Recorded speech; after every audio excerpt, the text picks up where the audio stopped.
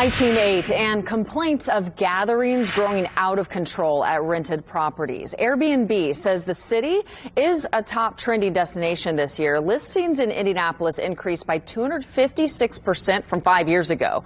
I-Team 8's Jasmine Miner is finding while the short-term rental market is growing, so is the prevalence of parties. In the dark, you hear it.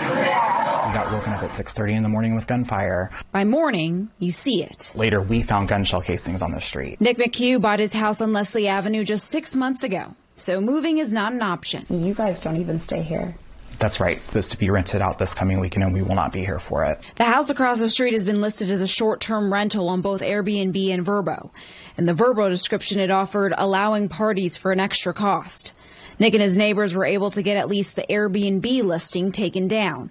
But just 10 minutes down the road, the neighborhood of Yvonne Norris is trying to do the same. They were already out here at the corner because the bullets had already been hitting the houses here at the corner. Police reports show more than 70 shots were fired during a party at a short-term rental on Arsenal Avenue. Yvonne is a landlord herself of other homes in the area. I have tenants on a one-year lease, but you just have to, you can't be thorough enough in checking people out. I-Team 8 reached out to Airbnb, who told us while both properties were listed on the site, neither had Airbnb reservations the nights of the shootings.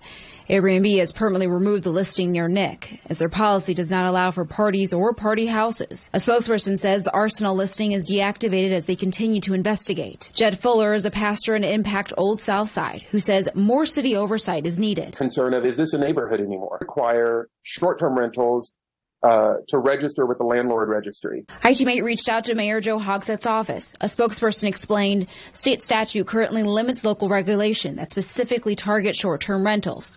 However, the city has been engaged with community members regarding safety and nuisance concerns. Still, there's only so much neighbors say they can take. I can't continue to live weekend to weekend not knowing whether or not I'm going to, gun violence aside, am I going to be able to sleep? Jasmine Miner, Wish TV, I-Team 8. Jasmine did reach out to Vrbo to ask if either listing was reserved under that company, and we did not hear back. She says both listings appear to have been taken down.